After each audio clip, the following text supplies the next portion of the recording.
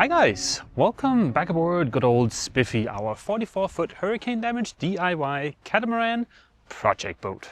This week we're going to use our new Shapeoko CNC machine to make the first part for our somewhat extensive refit here. We need some clamshell covers for some drains under the boat. We need to make 4 of something very similar to this part up here. It is in no way a super glamorous or complicated part, but that is what I think makes it perfect for testing out the process I want to use for making molds. The astute viewer will have noticed the sudden change in both weather and also wardrobe. That is because I started shooting this video last week, but I got sidetracked by this big beautiful box, our CNC workshop. Our workshop is not finished yet. There's a bunch of little things we still need to do, like for instance some kind of siding on that front wall. But more importantly, we also need some dust extraction for the CNC, and that should show up later this week. But for now, we'll forge ahead without that. Let's do a little bit of a warm-up exercise here. The part I'm going to be making this week is a 3D part, as opposed to this little mount for our screen here that I made last week, which is a 2D part. The difference between my little screen mount here and the clamshell cover I'll be making this week is that the simple 2D part I could make in Carbide Create, which is a free bit of software that comes with the Shapeoko CNC. Let's make a simple part in Carbide Create just to illustrate the difference between that and Fusion 360 that I'll be using later. Let's make a little holder for this numpad doohickey. I use this little guy for jogging the spindle, so it'd be nice if he just sat next to our little touchscreen out by the machine. In Carbide Create, I've made this, which is going to be our holder. It's kind of seen from top down. To each of these lines here, I can then assign a toolpath.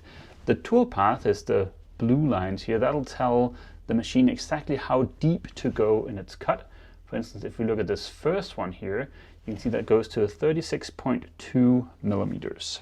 In this 2D world, all you can do is to tell the machine to go to this point and then go down to this depth. You can't tell it to do complex curves within curves, stuff like that. It's very simple. It's just sideways and up and down, basically. Once you've created your toolpath and you think you have something that might work, you can do a simulation just to check that what the machine is going to do is actually what you're kind of picturing it'll do. It is well worth it to do those simulations, because every once in a while you'll think you've told the machine to do one thing, but in reality you've told it to do something completely different. But let's see if we can make the holder. With my design loaded onto a USB drive, I ventured back into the workshop. The CNC PC does not have a network connection, so this is the only way I can currently transfer files. To tell the CNC where in 3D space my stock is, I'll use the handy dandy bit 0.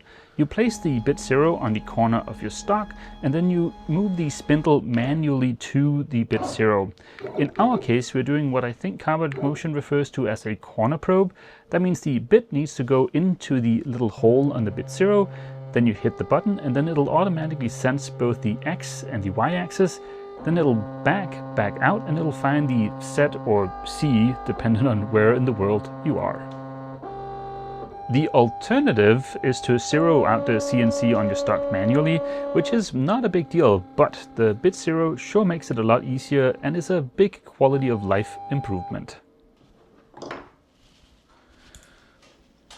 And just like that, we are off to the races. The very first thing the machine asks me to do is to insert the correct tool or bit. Then it'll use the bit setter to figure out where the tip of the tool is on the C axis or Z axis, again depending on where in the world you are.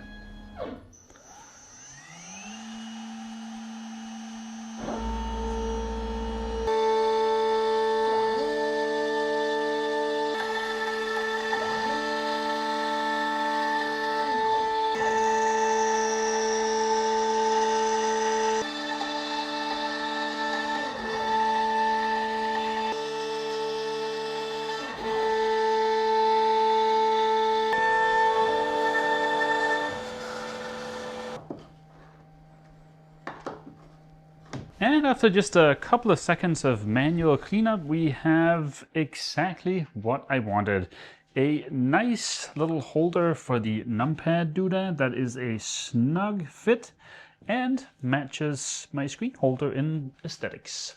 This thing is perfect. It was quick to make, it's functional, it's made out of scrap plywood, so it's basically free, and it did a great job of illustrating the difference between a 2D part and what we're going to make next, which is a 3D part. As previously mentioned, that is going to involve Fusion 360, which has one of the most unpleasant learning curves I have ever encountered. This seemingly simple part took me hours to get to actually work. In my Fusion 360 journey, I've gotten to the point where I'm quite comfortable doing certain things like sheet metal stuff, as long as it doesn't involve a lot of organic shapes, I'm pretty good. But yeah, that thing, lots of curves. This is what the one we have under the boat right now looks like. It's a little bit different than the ones we'll be making because this one is on a flat surface, whereas the ones we need, well, they are on that little bit of angled area. I think what I've managed to cobble together here pretty closely resembles the one we have on the boat, and as you might be able to see here, it does allow for that bit of angle where it's going to be installed. I've also gone ahead and drafted the sides here so that they're on a 5-degree angle so that it should be easier to get to release from the mold. The astute viewer will have noted I have the 3D printer running in the background there. I'm printing a prototype of my design here so that we have something we can offer up to the boat to see if it is actually what we want before we start making the mold and before we start laying up fiberglass and all of that stuff. Like I said, I am no Fusion 360 expert, and I'm sure I broke all of the best practices by doing this, but I kind of had a few attempts before I managed to pull off the one that we're printing right now. This was the first attempt. As you can see, it's kind of a horrible shape. It's got like little ears that are poking forward there because of the fillets. So that led to this guy, which is more of the right thing, but the one we have on a boat has kind of a teardrop-ish shape to it. Then there was this attempt, which just died horribly because weird fusion stuff. And then that finally led us to the version that we're printing. If somebody out there can recommend a good Fusion 360 course I can take, I would very much appreciate that, because I do want to use CAD a lot more during this refit, especially now that we have the CNC, but I definitely need to get a little bit better at it to not have it be a super frustrating experience. So any recommendations are welcome in the comment section. I just got the notification that Mr. 3D printer is done printing, so fingers crossed this thing fits. And now for the big test to see if we're happy with our prototype. I don't want to throw around the word perfection too often, but this thing is absolutely what I was hoping it would be. Because I've got the little glow-in-the-dark bungs in the holes, I can't try there, but this profile should be the same all the way down, and as you can see, it's pretty freaking good. You can see some of the adhesive from one of the old factory installed clamshells around this hole here, and mine is a little bit wider, but I think it'll be perfect. I am well aware that this is a lot of effort to go through for 4 small clamshells. But doing this is not about the clamshells. This is the warm-up project for the eyebrow project. We need to make 2 of this guy. As you can see, it's completely missing over there, and this one is badly damaged. Those eyebrows are some decent sized parts, and before I venture that way, it would be nice to have faith in the process, so I'm relatively sure all my work isn't going to go down the drain. In a previous video, with the help of some awesome viewers and their super spiffy CNC machine, I made some MDF molds for some hatches aboard Spiffy. The MDF wasn't a bad choice for the molds, but it did warp during the post-curing of the parts, and also something as big as the eyebrows, an MDF mold for that would be atrociously heavy. So I think it's time to look at some alternatives. You can buy tooling board that is specifically used for molds and plugs. This is an example of that. It looks super awesome. This is high density urethane tooling board. This little block here cost $75. So clearly for a bigger part, that would add up. At the other end of the scale, we have something like this. This is polyisocyanurate, if I'm pronouncing that correctly. It's also known as ISO. This stuff is used for insulation in, for instance, houses. It is readily available and it's not expensive. Now this is a 6-pound density version compared to the tooling board here, which is 37 pounds. So needless to say, the ISO is, well, a lot more flimsy. You can kind of even dent it if you push it real hard. But if I only need to pull 1 or 2 parts, this might be a good choice. The ISO I could find was only 1 inch thick, so to get the necessary thickness for our mold, I have had to adhere together some pieces with epoxy. Yep, I would say that's definitely a good bond. The foam fails before the bond does. Part of the puzzle when we get to some of the bigger parts, like for instance the whole hard tub where the mold is going to be massive, is to figure out how we limit waste. I don't think this is going to be a good choice for that mold, but for now we're just testing out some options. Before we can get the CNC to start working, we need to head into the CAM section of Fusion 360. CAM is computer-aided manufacturing, and this is my first ever adventure into that area.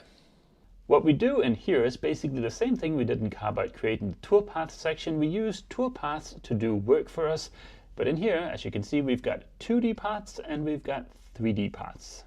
We've got a bunch of curves and stuff here in the mold, so we definitely need to use the 3D options here. Now, I think a big part of being efficient in Fusion 360 CAM is knowing when to use these different ones here. And this is my first time in here, so I've just kind of picked some that I thought sounded good based on this short description here. So, yeah. Fortunately, we can also do simulation in Fusion 360's CAM, and that was really helpful because there was some trial and error associated with this process because, like I said, first time ever doing it. But based on the simulation, I think we have something that should work. It immediately became clear that I could have gone way more aggressive on the speeds and feeds for this low density foam. I bumped the feed rate up 200% in carbide motion, which is the highest you can do, but we could still have gone a fair bit faster. I definitely need to get the dust management up and running as soon as possible. I don't know if we'll have time this week, but if not this week, then definitely next week. There is something very satisfying about watching the finishing passes make the mold all nice and smooth. And just like that, that's the first step of the mold making process. No hand sanding required. I had the lovely Shapeoko 5 Pro make 2 molds because there is a non-zero chance that we're gonna mess one of them up in the next step. So yeah, figured 1 extra wouldn't hurt. I am thoroughly pleased with how these turned out. These are exactly what I was hoping for. Now you might be wondering about the shape here. Well, I'm gonna have to trim the edges on the clamshell anyways, so I figured I might as well lay up a double clamshell. That way I can just cut it in half after I've pulled it out of the mold, and then I'll get 2 clamshells out of 1 layup. Before we can start laying up fiberglass, we need to get some kind of coating on here to seal the surface. For that, we're going to try using Duratec 707. That is used for molds and also a bunch of other stuff. I learned about that product from my friend John over at Living for Sale. If you like my videos, you'll definitely love his videos. So I'll leave a link for Living for Sale down in the description. I have never really done much spray painting, and I would hate to mess up the Shapeoko's lovely work here, so I asked my friend Blair to lend a hand and teach me a few tricks. Blair, in addition to being a super nice guy, is also the owner of the yard in Oriental where Spiffy is located. He has decades of experience spray painting, not necessarily with this particular product here, but he's done lots of car stuff. I had picked up a super cheapo gun because I figured if I had to do this on my own without any supervision, then there was no reason to spring for a Cadillac. Blair dialed the gun in while casually mentioning a couple of times that 3M makes much nicer spray guns. After having the gun dialed in, we disassembled the gun and cleaned it thoroughly just to get rid of any gunk there might be inside of it, and then we were ready to spray.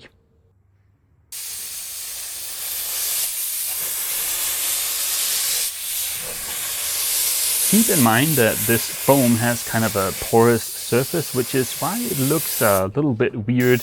And also, next time I think it might be beneficial to weigh down the foam with something because it is so light that it gets blown around by the gun. The next day I came back and knocked down the surface. Given that this is most of all an experiment, and also the fact that we'll only have to pull one part from this mold most likely, this was not really needed. But I wanted to see how easy the Duratec was to sand. And I'm happy to report it sands like room temperature butter, meaning super easy. That is definitely worth knowing for future projects. Each of the molds got a couple of coats of wax to act as double insurance. The real heavy lifting in preventing our part from sticking to the mold will be handled by PVA. That is this delightfully purple stuff here, and it forms almost a thin plastic-like film once it dries, but it is water soluble and it's also super easy to apply. In the past I've applied PVA with a brush, a rag or a spray gun. It is very easy to apply. The only tip I can really offer here is if you end up going too heavy and it looks like you're going to get runs, if it's a small part, simply just tilt it up so the stuff drains off of your mold and you'll be good to go. Back inside of the box I started cutting an obscene amount of glass. The existing clamshell is 6 millimeters thick. I think that might be a little excessive, but for this experiment we'll stick with roughly that thickness. With the 200 gram biaxial I have in stock, I'll get about 1/4 millimeter per layer, so the electronic scissors were a big help. I figured it might be a good idea to do a quick little test of our vacuum setup before getting started.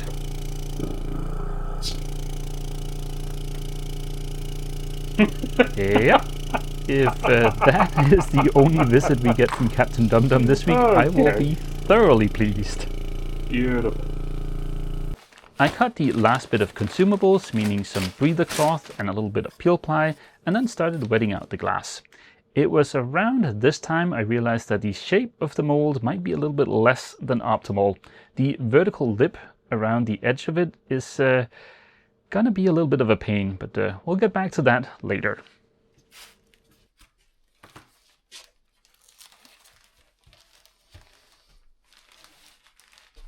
I did my very best to bunch up my vacuum bag and push down the glass into the corners to avoid any kind of bridging.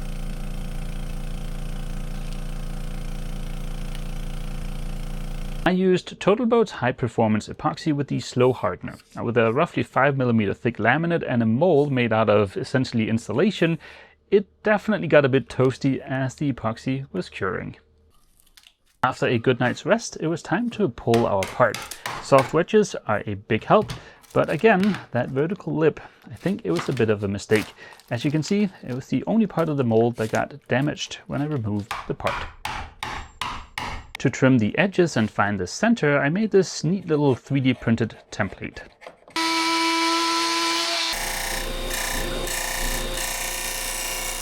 I had to do a quick wardrobe change because the weather here doesn't seem to be able to figure out if it's fall or summer, but yeah, the good news is we have a part.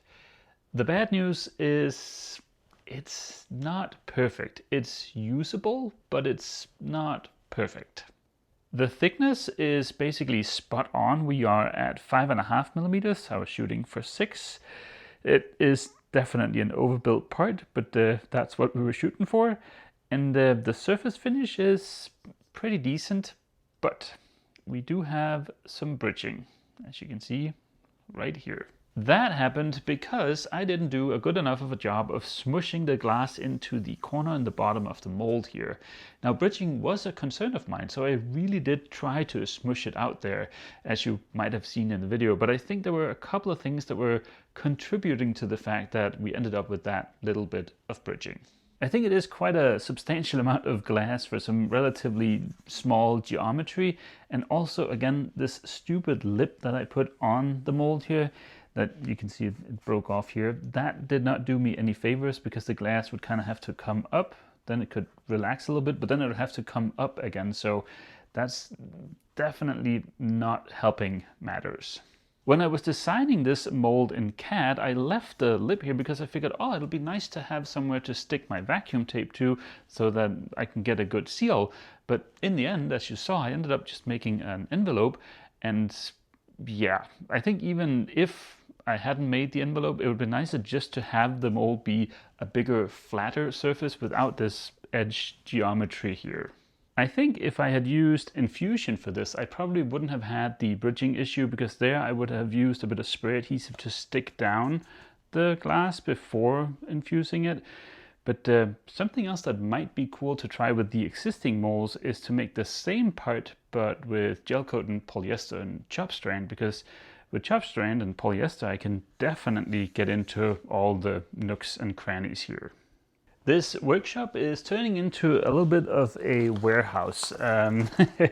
We have a bunch of stuff that is shown up that is to finish stuff inside of the workshop, and also the little bit of the exterior we still need to do. We have some wooden cedar shingles to put up on the front, and I've gotten all of the stuff I need for the dust collection and dust management. Next week, I want to take another stab at the clamshells. I would like to be able to pull some parts that I feel proud about. So yeah, we'll give it one more shot. I'm not going to make the whole video about the clamshells because we've already done that this week, and how exciting could clamshells really be?